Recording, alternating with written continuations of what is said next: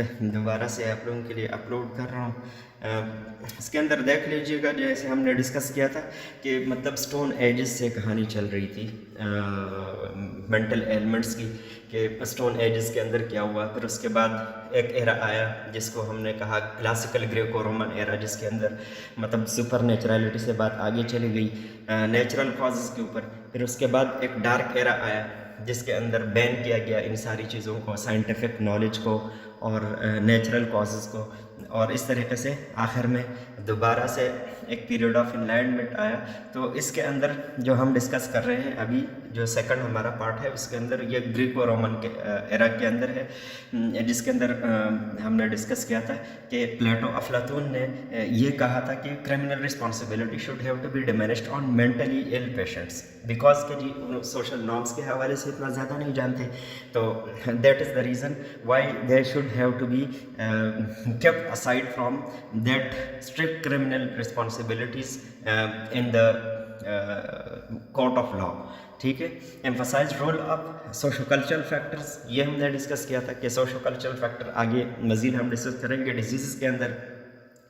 और अगेन उन्होंने super naturality के, चूँकि पहले से एक कॉन्सेप्ट चला आ रहा था कि सुपर नेचुरल कुछ इन्फ्लुएंसेस है एटियोलॉजी के ऊपर, तो उन्होंने इस चीज़ को पार्टली इन्होंने उनको एक्सेप्ट कर लिया। फिर उसके बाद हमने डिस्कस किया था अरिस्टोटल, अरस्तु, अगेन चूँकि ये शागिर्द थे हिप्पोक्रेटिस के, तो उनके व्यू के हामी थे, लेकिन उन्होंने फ्रस्ट्रेशन और कॉन्फ्लिक्ट को मेंटल डिसऑर्डर की एटियोलॉजी में से निकाल दिया, जो कि अभी ये ट्रू नहीं है, क्योंकि कॉन्फ्लिक्ट और फ्रस्ट्रेशन ही बहुत सारी एंजाइटी और स्ट्रेस, डिस्ट्रेस और फिर डिप्रेशन को जन्म दे देती है। फिर उन्होंने कॉन्शियसनेस के ऊपर बात की, जैसे हमने डिस्कस किया था कॉन्शियस माइंड के ऊपर, कि कॉन्शियस माइंड के अंदर आपका जो कुछ होता है तो इंसान हमेशा से कोशिश करता है कि उसको प्लेजर मिले, उसको कंफर्ट मिले, और अगर वो कंफर्ट उसको नहीं मिलता तो फिर वो किसी स्ट्रेस का, किसी एंजाइटी का, किसी मेंटल एलिमेंट का शिकार हो सकता है। नेक्स्ट आप आ जाए एलेक्जेंड्रिया, इजिप्ट का, जो अगेन एक ग्रीको रोमन ही व्यू के हामी थे ये लोग, और सेंटर ऑफ ग्रीक कल्चर था ये। तो अगेन ग्रीको रोमन जो थेरेपीज़ थे या उनका जो लार्ज पैराडाइम था डिजीज़ का, उनके हामी थे, और वो कह रहे थे कि मतलब हाँ, there are certain natural causes for mental disorders. उसके अंदर थेरेपीज़ जो वो यूज़ करते थे, उसके अंदर वो कहते थे कि सराउंडिंग अच्छी होनी चाहिए, प्लेजेंट सराउंडिंग, एनवायरनमेंट अच्छा होना चाहिए, सोशल एनवायरनमेंट, आपका कल्चरल एनवायरनमेंट, आपका फिज़िकल एनवायरनमेंट अच्छा होना चाहिए। फिर उन्होंने कहा कि एक्टिविटीज़ के अंदर dance, parties, walking in garden, concerts, इस तरह की जो चीज़ें करेंगे तो इससे बहुत ज़्यादा फ़ायदा होता है ऐसे लोगों को जो मेंटली इल होते हैं। फिर dieting, massage, hydrotherapy, gymnastic, education, और उन्होंने जो एक ये जो बाकी थेरेपीज़ हैं ये तो काफ़ी रैशनल थेरेपीज़ हैं, ठीक है। तो जिस तरह से प्लीजेंट सराउंडिंग है, डाइटिंग है, हाइड्रोथेरेपी है, जिम्नास्टिक है, या एजुकेशन है, जो आजकल हम साइको एजुकेशन के ऊपर बात करते हैं, ज़्यादातर थेरेपीज़ हम डिस्कस करेंगे आगे। एक चीज़ जो वो यूज़ करते थे वो ये था कि हिप्पोक्रेटिस का जो 4 ह्यूमर्स की थ्योरी के बेस के ऊपर ये लोग चलते थे, तो उसके जो ट्रीटमेंट आप लोगों को मैंने बताई थी कि सैंग्वाइन पर्सनालिटी है, या मतलब फ्लेगमेटिक पर्सनालिटी है, फ्लेजम है, या फिर येलो बाइल, ब्लैक बाइल, मेलंकोलिया है, तो उस तरीके से वो इसके ट्रीटमेंट भी करते थे। तो इस तरीके से वो ब्लीडिंग, सपोज सैंग्वाइन पर्सनालिटी है, हाइपर सैंग्वाइन है, तो ब्लीडिंग करवाते थे, कट लगा के ब्लीडिंग करवाते थे कि इससे मेंटल एलिमेंट या जो बीमारियां हैं वो ठीक हो जाती है। या पर्गिंग करते थे, लग्जेटिव्स देते थे, जड़ी बूटियाँ देते थे कि उसकी वजह से जो पेट से बहुत ज़्यादा जो उनका डायरिया उनको हो जाएगा तो उसकी वजह से बाइल ज़्यादा निकल जाएगा और ये नॉर्मलाइज हो जाएंगे। और मैकेनिकल, ये 2-3 जो थेरेपीज़ है, पर्गिंग है, ब्लीडिंग है, तो ये इतने रैशनल थेरेपीज़ नहीं थे लेकिन उस वक्त यूज़ होते थे। और मैकेनिकल रिस्ट्रेंट्स, क्योंकि कोई मेडिसिन नहीं थी उनके पास काम डाउन करने के लिए पेशेंट्स को, तो mechanical restraint was one of the tool for them to restrict the patients who are aggressive in their disease origin और नेचर। फिर नेक्स्ट के अंदर है later Greek and Roman thought के अंदर जैलन, आप लोगों ने नाम सुना होगा, हकीम जैलिनस का। अगेन जो हकीम जालूनियस थे वो बुकरात के फॉलोअर्स थे, followers of Hippocrates use science to contribute to the field. इन्होंने साइंटिफिक स्टडी की और जैलन ने पहली मरतबा कहा था कि जी the seat of soul is in the nerve centre, कि आपके जो ब्रेन है उसके अंदर आपकी रूह की जो सेंटर है, सीट है, ये क्या है, ये आपके दिमाग के अंदर है। तो उन्होंने इसको एक नेचुरल कॉज से, मेंटल एलिमेंट्स को नेचुरल कॉज से एक वाबस्ता किया कि इसके लिए एक नेचुरल कॉज है और कोई जहनी तौर के ऊपर कोई प्रॉब्लम आ जाती है तो आप तभी मेंटल एलिमेंट के शिकार हो जाते हैं। और elaborated on nervous system based on animal dissections, animal के डाइसेक्शंस किए और उन्होंने नर्वस सिस्टम को एलाबोरेट किया। फिर divided the causes of psychological illnesses into 2 categories, उन्होंने 2 कैटेगरीज के अंदर डिवाइड किया जो कि टिल नाउ मतलब it is going to be pretty much true, physical causes और मेंटल कॉजेज। 2 के फिजिकल कॉजेज और मेंटल कॉजेज के अंदर कुछ हमारे पास एक्सटेंशंस है, कुछ चीज़ें इसके अंदर एक्सक्लूडेड भी हैं, लेकिन उस वक्त उन्होंने जो फिजिकल कॉजेज के अंदर जो चीज़ें कहीं तो वो अच्छी खासी उसकी रैशनैलिटी आप भी है। जिस तरीके से इंजरीज टू हेड इंजरीज की वजह से बहुत सारे मेंटल एलिमेंट्स, अगर आपको हेड इंजरी हो जाती है तो बहुत सारे मेंटल एलिमेंट्स उसकी वजह से हो सकती है, या एडोलेसेंस उसके अंदर हार्मोनल चेंजेस आती है, या फिर मेंस्ट्रुअल चेंजेस जो आजकल DSM 5th एडिशन के अंदर PMDD pre menstrual dysphoric disorder को ऐड किया गया है। तो एट दैट टाइम उन्होंने कहा था कि इन चेंजेस की वजह से, फिजिकल चेंजेस की वजह से आपको मेंटल डिस्टर्बेंसेस हो सकती है। फिर जो मेंटल कॉजेज है उसके अंदर उन्होंने कहा था कि किसी को शॉक हो जाए, ठीक है जी, मतलब किसी भी वजह से वो शॉक हो जाए, ठीक है, बहुत बड़ा सदमा पहुंच जाए, बहुत बड़ा फियर हो उनको, कोई खदशा हो, कोई ख़तरा हो, कोई डर हो उनको। और उन्होंने एक कहा था कि love is a strong emotional component, ठीक है। तो लव को उन्होंने इसके अंदर इंक्लूड किया कि because it is a strong emotion, तो इसकी वजह से आपको प्रॉब्लम्स हो सकती है। There are so many emotions which can be contributed to mental ailments even today, लेकिन उन्होंने उसके अंदर ये मेंटल कॉजेज को डाला। फिर रोमन मेडिसिन के अंदर ये था कि जो रोमन फिलोसफर्स थे उनका जो अप्रोच होता था वो ज़्यादातर प्रैक्टिकल होता था, प्रैग्मेटिक अप्रोचेस टू मेडिसिन। अब प्रैग्मेटिक अप्रोच क्या है कि आप प्रैक्टिकली अप्रोच करते हैं। जिस दिन पेशेंट आया आपने उसको पहले से कोई प्रिस्क्रिप्शन नहीं थी, कोई डायग्नोसिस नहीं थी कि इस डायग्नोसिस के लिए ये वाली मेडिकेशन आपको चाहिए, तो वो उनको मेडिसिन देते थे, फिर बुलाते थे, वो लोग आते थे और फिर उसके बाद उनको देखते थे कि इन मेडिसिन के ऊपर अच्छा इफेक्ट किया है, नहीं किया, इम्प्रूव हुए हैं या नहीं हुए, प्रोग्नोसिस क्या है, और उस प्रोग्नोसिस के बेस के ऊपर वो ट्रीटमेंट को चेंज करते थे और जो ट्रीटमेंट सूट करता था पेशेंट को तो वही ट्रीटमेंट फिर आगे कंटिन्यू रखते थे। तो that is the concept of pragmatic approach to medicine in the Roman medicine था उसके अंदर। और एक जो उन्होंने बात की अगेन एनवायरनमेंट की, तो उन्होंने कहा था कि जी जितना आप अच्छा कंफर्टेबल एनवायरनमेंट पेशेंट्स को दे सकते हैं तो वो बहुत ज़्यादा ज़रूरी है पेशेंट्स के लिए, और उससे जो उनकी जो डिस्ट्रेस है वो कम हो जाता है और उनकी प्रोग्नोसिस अच्छी होती है। तो physical therapy, warm baths, massage therapy, ये उन्होंने as a tool for comfort जो है वो यूज़ किया रोमन मेडिसिन के अंदर। फिर मिडल एजेस के अंदर यूरोप के अंदर क्या हुआ, मेंटल डिसऑर्डर्स प्रेवेलेंट है और उसके अंदर बहुत सारी जो मास मैडनेसेस है उनका एक सीरीज़ था जो कि अभी इस beyond the scope of this lecture we will discuss later on कि उसके अंदर क्या क्या उसके अंदर एक था कि जी जिस तरह से वेस्टर्न कंट्रीज़ अमेरिका के अंदर एक स्कूल में इस तरह हुआ कि उसमें बच्चों को एक अनकंट्रोलेबल लाफ्टर स्टार्ट हो गई एक कैंपस के अंदर, और फिर वो एक क्लास से फिर सारे कैंपस में, फिर सारे स्कूल में, फिर बाकी स्कूल्स के अंदर, और बच्चों का बिहेवियर बहुत ज़्यादा अजीब व गरीब हो गया और हंसी का एक मतलब लाफ्टर का एक बड़ा एपिसोड था अनकंट्रोलेबल, और फिर उसकी वजह से उनको स्कूल्स को बंद करना पड़ा और वो फिर सारी जो है कंट्री के अंदर ये प्रॉब्लम चली गई और उनको छुट्टियाँ देनी पड़ी। इस तरीके से कोई अगर एब नॉर्मल सिचुएशन होती थी, ऑपरेशन होता था, लोग एक दूसरे के साथ लड़ते थे अपने बढ़ाई के लिए, जंगें होती थी, दीगर को सिचुएशंस होते थे, फैमिन होते थे, ड्राउट्स होते, लोगों के अंदर मुख्तलिफ़ किस्म की जो मेंटल एलिमेंट्स हैं वो मासेस में हो जाती थी, बड़ी मतलब पब्लिक के अंदर हो जाती थी, बहुत सारे लोग उनसे इफ़ेक्ट हो जाते थे। तो मास मैडनेस जो है वहाँ पे wide spread fair and distress. In the middle edges mass madness was maintained by operation, disease and famine. और यही रीज़न जो आपको मैंने बता दिया कि उसके अंदर ऑपरेशन ज़्यादा था, लोग एक दूसरे के ऊपर जो है अपनी बड़े कबीलों की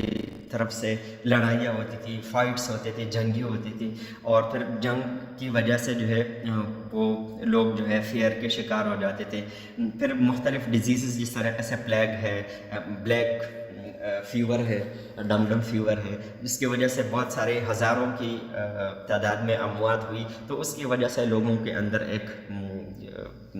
मेंटल डिस्टर्बेंसेस क्रिएट हुई मास लेवल के ऊपर। या जिस तरह से फैमिन है, तहत साली है, उसकी वजह से लोग बहुत सारे स्ट्रेस के अंदर चले गए। तो मास मैडनेस उस वक्त जो है ज़्यादा था। फिर एक कॉन्सेप्ट था टरांटिज्म का, और उस वक्त ये समझा जाता था कि जी वोल्फ स्पाइडर, एक जो ब्लैक विडो होती है, ब्लैक स्पाइडर, वोल्फ स्पाइडर, जो कि भेड़िया का एक स्पाइडर होता है, वो अगर किसी इंसान को काट लेता है तो उसका टॉक्सिन जाता है, न्यूरॉन्स के ऊपर इफेक्ट कर लेता है, और मतलब बॉडी के अंदर एबनॉर्मल मूवमेंट शुरू हो जाती है, और मतलब it quite resembles like that somebody is going to be dancing. तो it was like uncontrollable dancing. तो उस वक्त ये कॉन्सेप्ट था कि ये वेस्टर्न टरांटोला की वजह से होता है, और ये वेस्टर्न टरांटोला जो है बेसिकली ये वुल्फ स्पाइडर है। तो again that was psychiatric element, literally not attributed to that western tarantula, but they were attributing at that particular point of time, and there was a belief। दूसरा जो था वो लिकांथ्रोपी का था। लिकांथ्रोपी उस वक्त जो है पोजेशंस का बहुत ज़्यादा था, कि जिस तरह से हम कहते हैं ना कि जिन्नात आते हैं, परियां आती है, इस तरह से एक बिलीव जो बहुत ज़्यादा एग्जिस्ट कर रहा था वेस्टर्न मिडल एजेस के अंदर। तो उसमें एक ये था कि लोगों के अंदर एक कैफियत आ जाती थी जिसके अंदर वो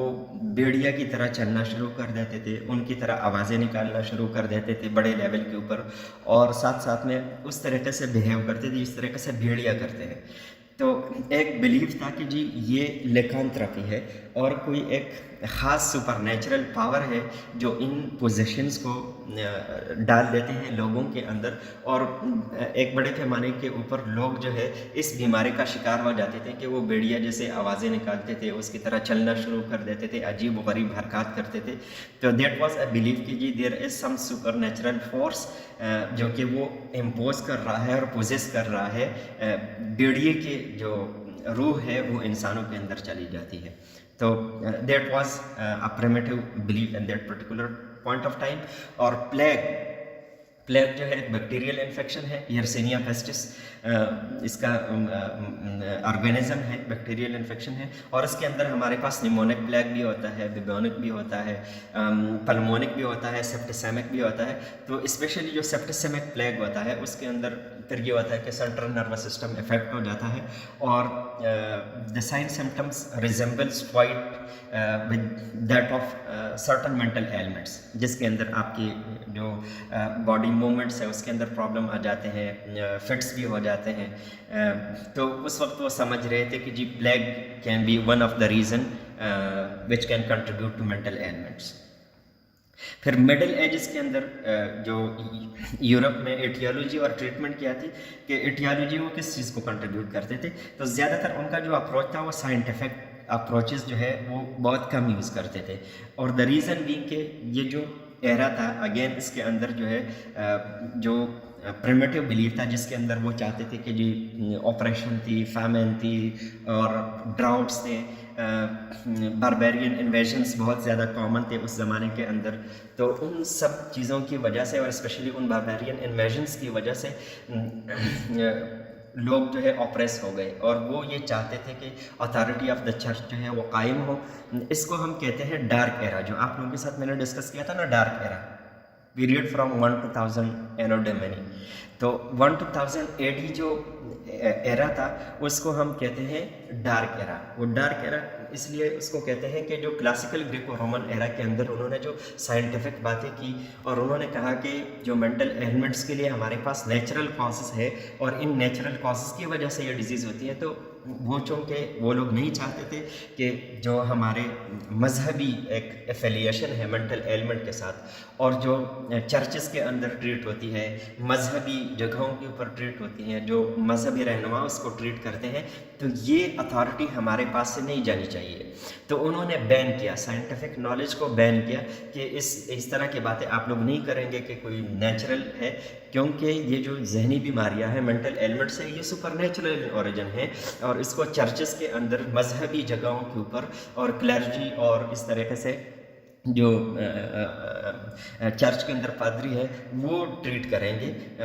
नेचुरल कॉजेज आप इसके लिए नहीं ढूंढेंगे। तो अगेन एटियोलॉजी जो है उसके अंदर साइंटिफिक अप्रोचेस लोग यूज़ नहीं करते थे। Saw a return of the belief that mental illness was due to supernatural causes such as superstitions और रिचुअल्स। जो उनके सुपरस्टिशंस है या रिचुअल्स है, उन बेसिस के ऊपर जो डिफरेंट कल्चर्स के अंदर प्रिवेल करती थी और जो डिफरेंट रिलीजन्स के अंदर जो हमारे पास प्रिवेल करती थी, जो रिचुअल्स प्रिवेल्स करती थी, उनकी वजह से वो कहते थे कि these are the reasons for those super natural divine और डेमन्स जो कि आ जाते हैं इंसानों के ऊपर। तो अगेन एक दोबारा से एक पैराडाइम शिफ्ट हुआ। ये पैराडाइम शिफ्ट ऐसे हुआ कि मतलब नेचुरल कॉजेज से दोबारा से सुपर नेचुरल कॉजेज के ऊपर चले गए। तो एटियोलॉजी चूँकि उन्होंने सुपर नेचुरल बनाई, तो जाहिर सी बात है फिर ट्रीटमेंट ऑफ मेंटल इलनेसेस जो है again that was attributed to super natural sort of treatments. और इसके अंदर उन्होंने जो ट्रीटमेंट है left largely to the clergy and accorded primarily in monasteries. अब उन्होंने क्लर्जी के ऊपर, जो चर्च के बड़े होते हैं, उनके ऊपर छोड़ दिया कि जी ये ट्रीटमेंट इनका है, वो एग्जॉर्सिज्म करे, वो ट्रैफनिंग करे, वो दम दरूद पढ़े, जो भी करे, लेकिन सुपर नेचुरल बीमारी और इस तरीके से ट्रीट होनी चाहिए। और जो मोनेस्ट्रीज है उसके अंदर होती थी, चर्चेस के अंदर होती थी ट्रीटमेंट। फिर अब उसके अंदर जो ट्रीटमेंट था जनरली काइंड उसके अंदर क्या था, जो प्रेयर्स यूज़ होते थे, holy water, ointments, exorcism use करते थे, दम वगैरह पड़ते थे ताकि इविल स्पिरिट्स जो है बॉडी से निकल आए। कहने का मकसद ये है कि इस ज़माने के अंदर दोबारा से एक डार्क एरा आया और उसके अंदर लोग सुपर नेचुरलिटी के ऊपर की तरफ चले गए और साइंटिफिक अप्रोच को छोड़ दिया। फिर नेक्स्ट जो है middle edges in the middle east, उसके अंदर मिडल ईस्ट के अंदर ट्रीटमेंट और क्लासिफिकेशन के अंदर जो फर्स्ट हॉस्पिटल था, the first mental hospital establish in Baghdad in 792 anno domini, Avicenna Ibn Sina, जो कि बहुत जिसको आप फादर ऑफ मेडिसिन भी कह सकते हैं, तो उन्होंने बहुत ज़्यादा काम किया,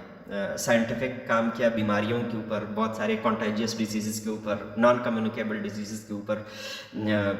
और फिर उन्होंने wrote the canon of medicine, उनकी एक बुक थी जिसको आप कहते हैं कैनन ऑफ मेडिसिन, ठीक है। उन्होंने जो डिजीज़ को डिफ़ाइन किया, classified and defined disease and their causes, refer to hysteria, manic reaction and melancholia. अगेन वही वाले उन्होंने कहा कि जी हिस्टीरिया है, मैनिक रिएक्शंस है, मेलांकोलिया और मेजर डिप्रेशन है, इस तरह की जो मेंटल डिसऑर्डर्स है। Ahead of his time he described the symptoms and complication of diabetes and asserted that the tuberculosis was contagious, which was argued by Europeans. Turn out he was right. इसके अलावा उन्होंने जो काम किया तो non communicable disease के अंदर जिस तरह डायबिटीज़ के ऊपर, और उन्होंने ट्यूबरकुलोसिस के ऊपर बड़ा अच्छा एक साइंटिफिकली उन्होंने उसके ऊपर काम किया और उन्होंने कहा कि ये कॉन्टेजियस डिजीज़ है, एक इंसान से दूसरे को बहुत ज़्यादा जल्दी लग जाती है। तो और बाद में जो उसके ऊपर रिसर्च हुआ तो ये साबित हुआ कि मतलब रॉबर्ट कॉक की जिस तरीके से फिर आगे साइंटिफिक इसके ऊपर रिसर्चेस हो गई कि जी ये वाकई में एक कंटेजियस डिजीज़ है ट्यूबरकुलोसिस, तो उस वक्त के अंदर उन्होंने एक बहुत बड़ा काम किया था। फिर नेक्स्ट के अंदर जो है comparing mental health in Europe and China over time. अब आप देख लीजिएगा कि यूरोप और चाइना के अंदर क्या over the period of time जो है क्या कंपैरिजन हम कर सकते हैं। तो यूरोप के अंदर बेसिकली जो मिडल एजेस के अंदर जो था वो एक डार्क एरा था, उसके अंदर अगेन वो सुपर नेचुरलिटी के ऊपर काम कर रहे थे, कोई नेचुरल कॉजेज़ को वो एक्सेप्ट नहीं कर रहे थे। लेकिन उससे हट करके early Chinese medicine was based on natural medicine की जो कॉन्सेप्ट के अंदर था उसके अंदर वो बिलीव करते थे कि नेचुरल कॉज है मेंटल एलिमेंट्स के लिए भी, और उनका एक डुअलिस्टिक कॉस्मोलॉजी थी। और उस डुअलिस्टिक कॉस्मोलॉजी के अंदर वो कहते थे कि उनका एक यूनिवर्सल कॉस्मोलॉजी है। उस यूनिवर्सल कॉस्मोलॉजी के अंदर वो कहते हैं कि सारी चीज़ें दुनिया के अंदर, यूनिवर्स के अंदर एक दूसरे को बैलेंस करते हैं। कैसे बैलेंस करते हैं? उन्होंने कहा था कि एक फोर्स के लिए एक काउंटर फोर्स होता है, ठीक है। एक फोर्स जिस तरीके से सपोज हम कहते हैं कि जी वाटर है तो फायर है, ठीक है, आग है तो पानी है, ठीक है, ज़मीन है, आसमान है, ठीक है, दिन है तो रात है, रोशनी है, अंधेरा है, और इस तरीके से डिफरेंट जो फोर्सेस है उसके अंदर वो कहते हैं कि हर एक फोर्स का एक काउंटर फोर्स होता है यूनिवर्स के अंदर, और उसको हम कहते हैं dualistic cosmology of the Chinese. तो उनका यूनिवर्स के हवाले से एक ख़ास नज़रिया है कि दुनिया के अंदर दो फोर्सेस मौजूद होती है, मेल फीमेल है, ठीक है, दिन रात है, ठीक है, ज़मीन है, आसमान है, ठीक है। तो इस तरीके से इस यूनिवर्स के अंदर जो अपोजिंग फोर्सेस हैं वो एक दूसरे को प्रेटी मच बैलेंस के अंदर रखते हैं, और जब ये बैलेंस आउट हो जाता है तो उन्होंने पर्टिकुलरली इंसानी जिस्म के ऊपर ये बात की कि यिन और यांग दो किस्म के जो उनके डुअलिस्टिक कॉस्मोलॉजी के फोर्सेस है, तो उन्होंने कहा था कि ये दो फोर्सेस अगर इंसान में इनका इम्बैलेंस हो जाता है तो फिर हमारे पास मेंटल डिजीज़ या मेंटल डिसऑर्डर्स होती है। और उसके अंदर एक था यिन और एक था यांग। यिन क्या था? उन्होंने कहा था कि यिन हमारे पास क्या है, ये हमारे पास एक नेगेटिव एस्पेक्ट है, फेमिनिन एस्पेक्ट है, ठीक है, डार्क एस्पेक्ट है, लोवेस्ट एस्पेक्ट है, पेसिमिस्टिक एस्पेक्ट है। और यांग को उन्होंने कहा था कि ये हमारे पास एक इंसान के अंदर ये ब्राइट एस्पेक्ट है, मस्कुलाइन है, इसके अंदर मैनहुड है, ये ब्राइट है, ये हमारे पास जो है एक हायर रैंक है, और ऑप्टिमिस्टिक एक पर्सपेक्टिव है ह्यूमन बॉडी का। तो यिन और यांग, उन्होंने कहा कि ये दो यिन और यांग, पॉजिटिव और नेगेटिव, अब इनके अंदर अगर कोई इम्बैलेंस हो जाता है तो तब हमारे पास मेंटल एलिमेंट्स होती। तो ट्रीटमेंट उनका क्या था कि treatment was aimed at restoring this balance, और जाहिर सी बात है तो ट्रीटमेंट उनका फिर ये होता था कि इस बैलेंस को, यिन और यांग को हम अगर बैलेंस करेंगे, और उसके लिए डिफरेंट थेरेपीज़ जो है वो यूज़ करते थे, हम डिस्कस करेंगे। डिफरेंट थेरेपीज़ होती थी कि यिन और यांग के अंदर अगर इम्बैलेंस आ गया है तो किस तरीके से हम थेरेपीज़, इन्वायरमेंट, उन्होंने कहा था कि इसके अंदर इन्वायरमेंट और जेनेटिक्स दोनों का एक अमल दखल है। तो हम जेनेटिक पर्सपेक्टिव्स के ऊपर किस तरीके से काम कर सकते हैं, इन्वायरमेंटल कैसे ऐसे एस्पेक्ट्स हैं जिनको हम अगर चेंज करें तो यिन और यांग का बैलेंस वापस आ सकता है। During the 2nd century, Chang Cheng wrote on physical and mental illnesses based on his clinical observation. He believed that both physical and environmental influences affected mental illnesses and that treatment should target both. ठीक है, उन्होंने, उनका ये अकीदा था कि हमारे पास जो है फिज़िकल और इन्वायरमेंटल इन्फ्लुएंसेस दोनों जो है ये मेंटल एलिमेंट्स या मेंटल डिसऑर्डर्स के अंदर उनका कंट्रीब्यूशन है, और जब हम ट्रीटमेंट की बात करेंगे तो हमें दोनों को टारगेट करना चाहिए कि whether there is physical cause for this particular mental ailment or there is certain environmental cause for that mental ailment, and accordingly we should have to treat